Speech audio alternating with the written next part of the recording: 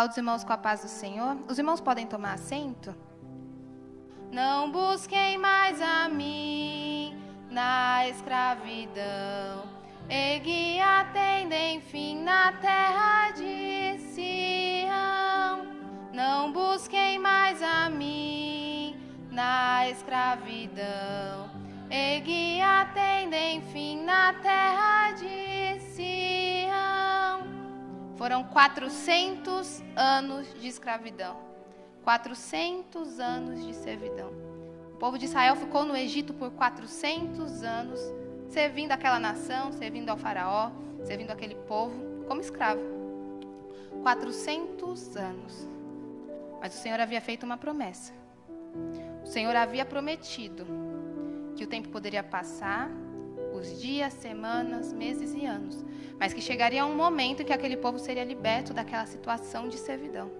Que chegaria um momento em que aquele povo sairia do Egito rumo a Canaã, aquela terra que mana leite e mel. Uma promessa havia sido feita, e ainda que o tempo passasse, o nosso Deus, Ele é fiel para cumprir todas as suas promessas. Uma promessa havia sido feita àquele povo, e passaram-se os anos, mas aquele povo continuou crendo que o nosso Deus, o Deus que prometeu, é fiel para cumprir. E nessa manhã eu gostaria de refletir com os irmãos sobre a fidelidade de Deus. A fidelidade do Deus que após 400 anos enviou Moisés frente a Faraó para libertar aquele povo. A fidelidade do Deus que enviou 10 pragas àquela nação que se recusava a permitir que o povo fosse embora. A fidelidade do Deus que no meio do caminho abriu o mar e o povo passou em seco. A fidelidade do Deus que enviou maná e codornizes para alimentar o seu povo na caminhada. A fidelidade do Deus que fez água sair da rocha, mas saciou a sede de uma nação inteira no meio do deserto. A fidelidade do Deus que promete e cumpre ainda que os anos passem. A fidelidade do Deus que promete e cumpre, ainda que o tempo passe. Convido os irmãos para abrirem vossas Bíblias no livro de Números, capítulo de número 22. Números 22, eu lerei do versículo 4 ao versículo 6.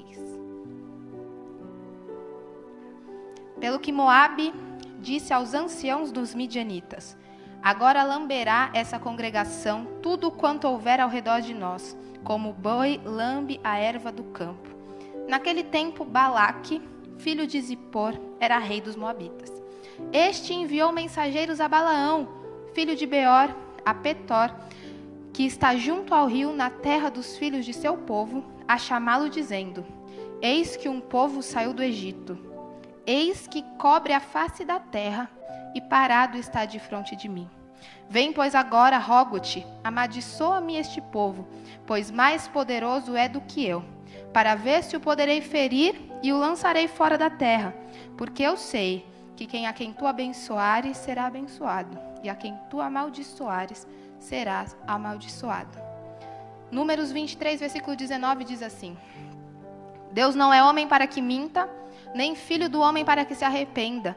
Porventura diria ele e não o faria? Ou falaria e não o confirmaria? Aleluia! Nesses capítulos do livro de Números, nós temos descrito o desespero de um rei frente ao povo de Deus. Nós temos aqui o desespero de Balaque. Quem era Balaque? Balaque, ele era o rei dos Moabitas. Os Moabitas foram um povo que muito se opôs ao povo de Deus no passado. Era um povo adversário, um povo inimigo aos filhos de Israel. E nesse contexto, nós temos um povo que saiu do Egito e vinha vindo, guiado por Deus, rumo a Canaã. Era um povo que tinha saído do Egito e já havia enfrentado diversas outras nações. E o desespero de Balaque, nesse texto, o medo e a aflição deste homem é totalmente compreensível. Porque é um povo que havia saído de um período de escravidão, vinha vindo caminhando pelo deserto, ninguém sabia como estava sobrevivendo, ninguém entendia como eles estavam prosseguindo, ninguém conseguia imaginar como todo aquele povo conseguia continuar caminhando depois de um longo período sob o sol do dia no deserto, ou sobre o frio da noite no deserto.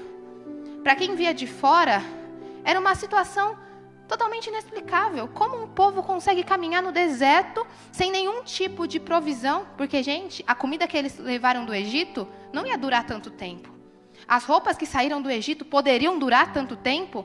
Os sapatos que eles saíram do Egito poderiam durar naturalmente tanto tempo? Quem olhava de fora não entendia, mas quem estava dentro sabia que quem estava cuidando era Deus. Quem olhava de fora não conseguia compreender o que estava acontecendo com aquele povo. Mas o povo caminhava sabendo, a comida não veio de lá, mas a comida vem do alto, é o maná, são as codornizes. A roupa não estraga e não envelhece, o sapato cresce no meu pé, porque Deus está provendo enquanto caminhamos no deserto. Aleluia. O povo se via frente a frente com exércitos. Se nós voltarmos aqui, capítulo 20, capítulo 21 de Números, nós temos descritas batalhas em que o povo enfrentou exércitos muito mais poderosos, com armamento, com força bélica, muito maior que um povo que vinha caminhando no deserto. Que um povo que vinha caminhando, quem olhava falava, estão sem rumo, não sabem nem para onde estão indo. Terra que mana leite e mel, que terra é essa? Saíram sem rumo, não sabe o que está fazendo. Quem olha de fora não entende, mas quem está dentro sabe a ordem que recebeu. Quem olha de fora para a sua vida não entende porque você segue caminhando, mas você sabe aquele que te prometeu. Quem olha de fora não consegue compreender porque continua vindo em toda oração terça-feira de manhã. Quem olha de fora não entende porque vem para a igreja alegre e volta para casa alegre. Glorifica e exalta o nome do Senhor ainda nos meios das adversidades, mas você sabe a promessa que Ele te fez. Você sabe para onde você segue caminhando. Você tem um objetivo, você tem um norte, não estabelecido por você mesmo, mas estabelecido por Deus na sua vida. Aleluia. Balaque temia, porque os últimos adversários do povo de Israel, no capítulo 21, haviam sido os amorreus.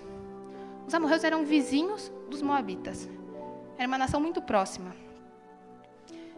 E humanamente impossível que o povo de Israel vencesse o exército dos amorreus. Mas venceram. Então Balaque se vê nessa situação. Um povo que contra todas as possibilidades vem vindo desde o Egito, vem vencendo desde o Egito, está aqui na minha porta. Eles estão aqui na minha frente.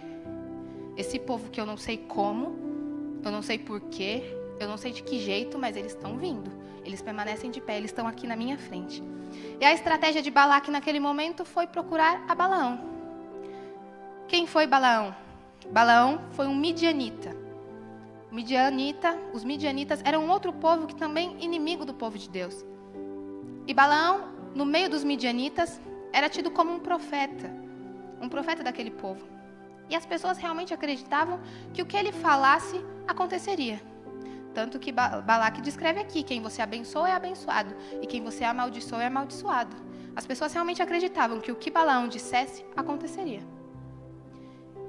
Balaque vai à procura de Balaão, pedindo que ele amaldiçoasse os filhos de Israel, acreditando que uma maldição sobre aquele povo enfraqueceria aquela nação e ele conseguiria, com o seu exército, derrotá-los.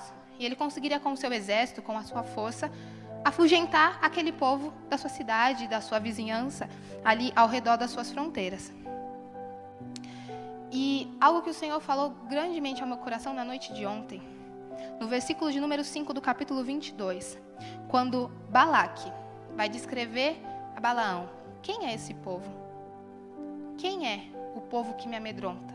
Quem é o povo que eu estou descrevendo para você? Ele diz exatamente assim: eis que o povo que saiu do Egito, eis que o povo que cobre a face da terra está parado na minha frente. Eis que o povo que saiu do Egito. Balaque, ele usa 3 características para descrever quem é o povo que ele gostaria que Balaão amaldiçoasse. É o povo que saiu do Egito, o povo que cobre a terra e está aqui na minha frente. São 3 características que, se nós analisarmos, causam medo nele mesmo. Quando ele olha para esse povo e ele descreve para Balaão, ele descreve características que o assustam naquele povo. O povo que saiu do Egito. Era possível o povo de Israel sair do Egito? Não. Se fosse possível, eles teriam saído muito antes. era humanamente impossível aquele povo sair da servidão do Egito. Tanto que durou 400 anos. Se fosse algo que o povo pudesse fazer por si próprio, eles teriam feito. O que nós podemos fazer por nós mesmos, nós fazemos, eu tenho certeza disso. Se trazer liberdade sobre o povo fosse algo que estivesse nas mãos deles mesmos, eles não teriam ficado escravos por tantos anos. Quem olhava de fora, dizia, é impossível que eles saiam da situação de escravos. É humanamente impossível que essa situação tenha solução. É humanamente impossível que essa história mude. É humanamente impossível que essa sentença seja mudada. É humanamente impossível que haja liberdade sobre esse povo novamente. É humanamente impossível que mude o que já está determinado. E é aí que entra o nosso Deus. É aí que entra o Deus do impossível. Porque quando a causa fica humanamente impossível, o Deus do impossível desce na terra, encara Faraó, abre mar, fende rocha, mas ele dá vitória ao seu povo. Aleluia! O Egito era uma grande potência na época. Nós estamos falando aqui dos moabitas, falamos dos amorreus, mas os egípcios eram a grande potência do momento. As grandes riquezas, as grandes potências de armas, as potências bélicas estavam no Egito. Era a grande potência. E ele era lugar de escravidão, servidão, sofridão e humilhação para o povo de Israel. O Egito é aquele lugar que você olha para trás e você fala, meu Deus, eu não sei como eu saí de lá, mas eu tenho certeza que eu não quero voltar. Meu Deus, eu não sei como eu saí de lá, mas eu sei que para lá eu não volto. Meu Deus, eu não sei como o Senhor me tirou, porque pelas minhas forças eu não conseguiria, mas eu sigo caminhando, porque eu sei que para lá eu não posso voltar. Aleluia, Senhor, eu não sei como que o Senhor fez, porque era impossível, mas eu glorifico a Ti e sigo caminhando, porque o Deus que tirou do Egito é o Deus que está levando para Canaã. Aleluia, o Deus que tirou do Egito é o Deus que guia no deserto, que subjuga amorreus, que subjuga moabitas, que subjuga midianitas, que fende o mar vermelho, fende o Jordão e te coloca dentro da terra que mana leite e mel, porque Ele é fiel. Aleluia, aleluia. O povo que saiu do Egito. O povo que saiu do Egito. Ele poderia ter descrito o povo de Israel de inúmeras outras maneiras. O Egito é geograficamente distante da terra de Moabe. É geograficamente distante. Agora, os amorreus são um povo vizinho. E o povo de Israel havia acabado de guerrear contra os amorreus. Talvez, se nós pensarmos pela lógica, seria muito mais fácil de descrever o povo que venceu ou derrotou os amorreus. Está aqui do meu lado. É o povo que derrotou os amorreus. É o povo que vem crescendo no deserto. É o povo que vem fazendo e vem avançando e vem vindo. Ele teria inúmeras outras características para usar para descrever o povo de Israel. Por que ele descreveu como sendo o povo que saiu do Egito? Por que ele descreveu como sendo o povo que saiu do Egito? Porque esse era o testemunho que o povo de Israel carregava. O povo que saiu do Egito. Meu irmão, você não se surpreenda quando as pessoas olharem para você e falarem, uai, mas você não era aquele que lá atrás estava lá não sei aonde? Mas você não era aquele que ficava jogado na sarjeta? Mas você não era aquele que era usuário de droga? Mas você não era aquele que era alcoólatra, aquela que era irada, aquele que era mentiroso? Ah, eu era, mas o Deus do impossível desceu na terra e mudou a minha sentença. Que a sua vida seja testemunho da ação de Deus, do Deus Todo-Poderoso, que salva, liberta, transforma e traz para o lado da verdade, para purificar o seu coração. Aleluia. As pessoas te descrevem enfatizando o lugar de onde você saiu. Então que quando eles olhem para você, eles vejam o poder transformador do Evangelho na sua vida. Porque não importa de onde você saiu, mas importa para onde você está indo agora.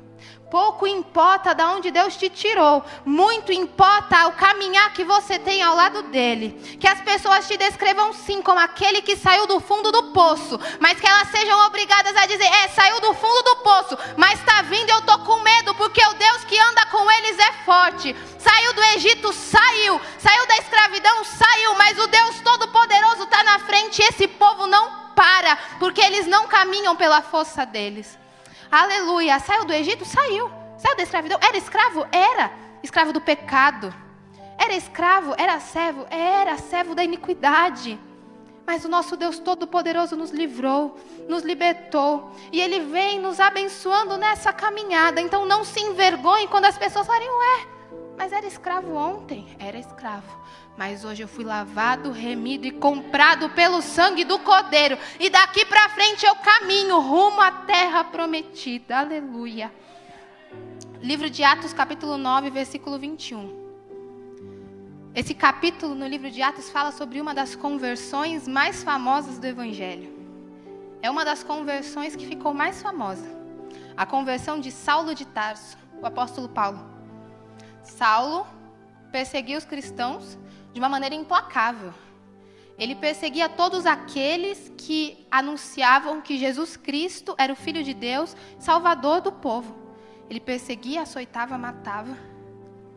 E em um momento, rumo a Damasco, em uma estrada, o próprio Senhor Jesus lhe aparece e diz, Saulo, Saulo, duro te é recalcitrar contra os aguilhões. Saulo, Saulo, por que me persegues? Naquele momento, e quando se tem um encontro verdadeiro com Jesus, é impossível que não sejamos transformados. É impossível se encontrar com Jesus e sair do mesmo jeito que entrou. É impossível se encontrar com Jesus e não sentir a transformação que vem de dentro para fora, que muda do coração às atitudes. É impossível não se encontrar com Jesus e sair da mesma maneira.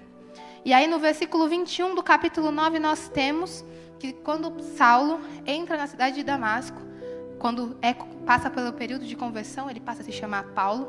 E em Damasco ele havia ido com uma carta que lhe dava permissão e autorização para prender todos aqueles que se diziam cristãos e que não negassem a sua fé. Essa era a intenção que ele tinha saído de sua cidade rumo a Damasco. Mas quando ele entra em Damasco, ele entra como um cristão. Ele entra como alguém que teve um encontro com Cristo. Ele entra como alguém já transformado. As pessoas de Damasco esperavam o Saulo carrasco. As pessoas daquela cidade esperavam o Saulo carrasco. E elas recebem o Paulo transformado. E quando Paulo começa a pregar, Paulo começa a anunciar o Evangelho, Paulo começa a falar da verdade de Cristo, essa é a frase que as pessoas usam para se indagar. Não é esse o que em Jerusalém percebia os que invocavam o nome de Jesus? Ué, mas esse daí não é o Saulo, que lá em Jerusalém perseguia e matava os cristãos? Esse daí não é o Saulo que estava lá presente, concordando com tudo, quando Estevão foi apedrejado? Agora ele vem pregar do Evangelho. Mas não era esse aí que era escravo lá em Jerusalém? Não era esse aí que era escravo do pecado? Não era esse que estava tão preso nas suas próprias certezas que não conseguia enxergar a verdade salvadora do Evangelho? Era esse mesmo. Mas ele teve um encontro com Jesus. Era esse mesmo. Mas o Jesus que transforma, o Jesus que salva e o Jesus que liberta, se encontrou com ele numa estradinha rumo ao caminho de Damasco. O Jesus que morreu na cruz para transformar, libertar e salvar todos aqueles que quiserem, se encontrou com Saulo e revelou a ele a sua verdade. O que eu quero dizer com tudo isso? Quando as pessoas olhavam para Paulo, era inevitável não ver Saulo. Afinal de contas, eles eram a mesma pessoa. Quem olhava para Paulo e conheceu Saulo num passado, se lembrava de quem ele era. Mas Paulo não se envergonhava do seu passado. Paulo não se envergonhava de onde ele havia saído. Porque a vida dele agora era um testemunho do poder transformador do Evangelho de Jesus Cristo. A vida dele nesse momento era um testemunho do que Deus poderia fazer na vida de um homem. A vida de Paulo era testemunho do poder de Deus na vida de um servo teu quando ele se coloca debaixo das mãos e da vontade de Deus. Aquele que era perseguidor tornou-se perseguido. Aquele que afligia, por vezes foi afligido. Aquele que não cria passou a crer. E aquele que não conhecia a verdade passou a conhecer pelo poder do nome de Jesus. Não importa de onde saiu, o que importa é para onde está indo. Não importa se era escravo, o que importa é que agora é livre pelo poder do nome de Jesus. Aleluia. Aleluia. Quem está fora não entende o que aconteceu. Quem estava do lado de fora, quem viu Saulo chegando na cidade, não estava entendendo nada. Não se surpreenda se as pessoas não conseguirem entender a mudança que o Senhor está operando na sua vida. Não se surpreenda se as pessoas questionarem a mudança que está ocorrendo, mas você sabe aquilo que Ele te prometeu. Aleluia. Balaque mandou mensagem a Balaão: amaldiçoa esse povo. Eu estou com medo desse povo. O povo que saiu do Egito. Povo grande, vem cobrindo a terra. Contra todas as possibilidades. Contra tudo aquilo que os homens julgam possível. Eles vêm fazendo. Eu não estou entendendo, mas eu estou com medo. Balaão, ele se levanta, ora a Deus. Deus fala: não vai. Não vai amaldiçoar, porque é um povo bendito. Não vai amaldiçoar, porque é meu povo. Balaão responde a Balaque: olha, não vou poder amaldiçoar. Deus disse que eu não posso.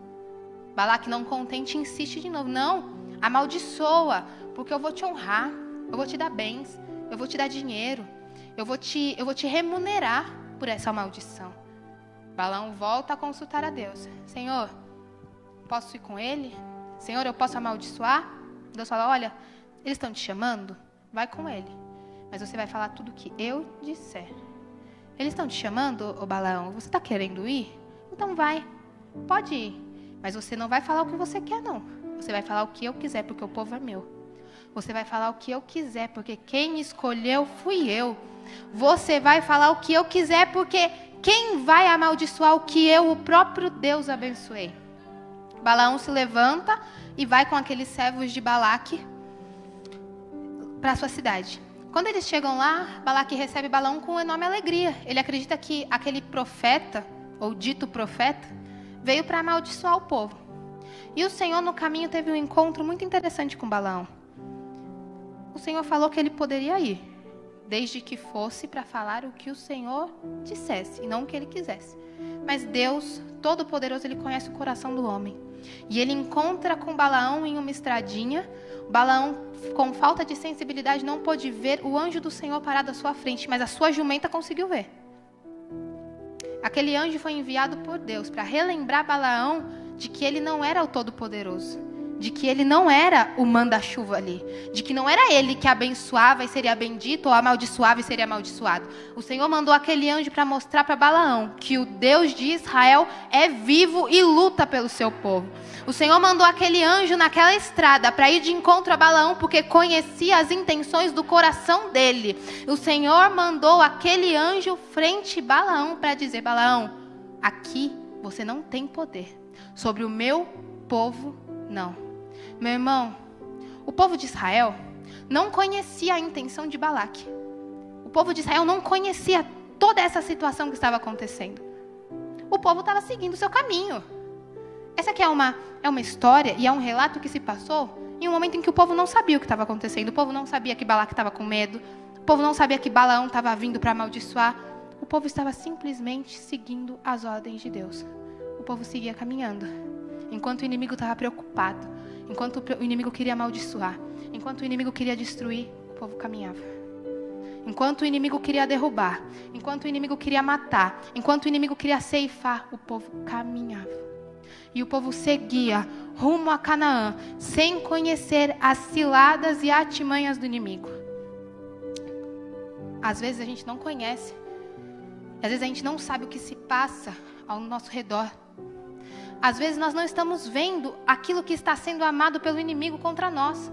Mas Deus já está enviando o anjo na estrada para falar: aqui não, porque é meu. Aqui não, porque quem tirou do Egito fui eu e ele está caminhando, então eu guardo. Ele pode não saber o que está acontecendo, mas eu estou guardando. Aleluia. Aleluia. O povo não conhecia toda essa situação. estavam amando pelas costas, estavam planejando pelas costas, mas Deus dá livramento pela frente. Eles armaram, eles articularam, foi um plano tão bem estabelecido, que Balaque pegou a Balaão, levou num monte. Nesse monte, por coincidência, ou uma infeliz coincidência, estavam os altares de Baal. Baal, o deus daquele povo. E olhando lá de cima desse monte, Balaão conseguiu enxergar ao longe aquele povo que cobria a terra. Aquele povo que vinha contra todas as possibilidades, vencendo dia após dia no deserto. Balaão subiu aquele monte pela primeira vez e não pôde amaldiçoar o povo. Mas ele precisou abençoar. Balaão subiu ao monte pela segunda vez com a intenção de amaldiçoar o povo, mas quando chegou lá, ele precisou abençoar. Balaão subiu ao monte pela terceira vez com a intenção de amaldiçoar o povo, mas ele precisou abençoar. Poderá alguém amaldiçoar aquilo que o próprio Deus abençoou? A armação foi pelas costas, a artimanha e a estratégia muito bem traçada e elaborada. O plano infalível. O plano perfeito. Balaque havia traçado um plano que aos seus olhos era infalível. Mas Deus não permite que o seu povo seja envergonhado. Irmãos, o que eu tenho para dizer para os irmãos nessa manhã é que existem livramentos que nós enxergamos e que nós vemos e louvamos a Deus. Mas a palavra do Senhor nessa manhã, para você que entrou aqui achando que Ele não está te vendo, achando que Ele não está fazendo nada e que nem está ouvindo as suas orações, é essa. Ele está trabalhando e Ele está tendo encontro com o adversário na estrada para falar com o meu servo não, aqui não. E quem chegou para amaldiçoar vai ser obrigado a abençoar. Quem chegou para contemplar o fracasso vai olhar e falar, ué, mas deu certo. Quem chegou para falar não vai dar em nada, vai ser obrigado a vir, ver, contemplar, glorificar e exaltar o nome do Senhor que age na sua vida, na sua casa e na sua família. Aleluia. As pessoas que vêm com a intenção de arrazoar, com a intenção de dar risada, de apontar o dedo para você e falar, olha lá, o escravo. Olha lá, saiu do Egito, era escravo. Vão ser obrigados a subir no monte, ver a sua grandeza debaixo do Deus que é todo poderoso e dizer, não há como o Deus de Israel, o Deus que peleja pelo seu povo, o Deus que vai à frente na batalha, o Deus que dá vitória contra os inimigos, o Deus que manda sustento, que dá provisão, que abre mar, que fende rocha, o Deus do impossível, meu irmão, é o nosso Deus. E nessa manhã Ele diz, eu sou o Deus que luta as batalhas que você vê, mas eu te dou vitória naquelas que você ainda nem conhece. Eu sou o Deus que está na sua frente te guardando, mas também sou aquele que está enfrentando inimigos que você nem chegou a imaginar. Aleluia, aleluia, aleluia. Balaque e Balaão articulavam pelas costas, mas o povo seguia caminhando. Enquanto o inimigo estava tão preocupado em traçar estratégias para derrubar aquele povo, o povo só estava preocupado em seguir rumo a Canaã. Irmãos, eu não sei qual foi a direção que o Senhor te deu. Eu não sei qual foi a promessa que Ele fez na sua vida. Mas o que o Senhor te diz nessa manhã é que não se preocupe com nada que aconteça em volta. Segue rumo a Canaã. Segue rumo à promessa que Ele te fez. Segue cumprindo aquilo que Ele te entregou, porque Ele se encarrega daquilo que amam ao seu redor. Segue rumo à terra prometida, porque Ele é o Deus que dá livramento nas causas que você nem consegue imaginar que estão amando contra ti. Aleluia. A nossa capacidade humana é totalmente limitada. E nem que nós quiséssemos, nós conseguiríamos imaginar tudo aquilo que o inimigo planeja contra nós. Mas também nem que nós quiséssemos, nós conseguiríamos imaginar o poder do Deus que peleja por nós. Que nessa manhã você possa sair daqui, desse momento de oração, de consagração, com a certeza de que o seu Deus é Deus de hoje, o seu Deus é Deus de ontem e será eternamente. Confia que o Senhor continua contigo, pelejando por você, naquelas lutas que você conhece e dando vitória naquelas que você nem consegue imaginar. Amém? Agradeço a oportunidade.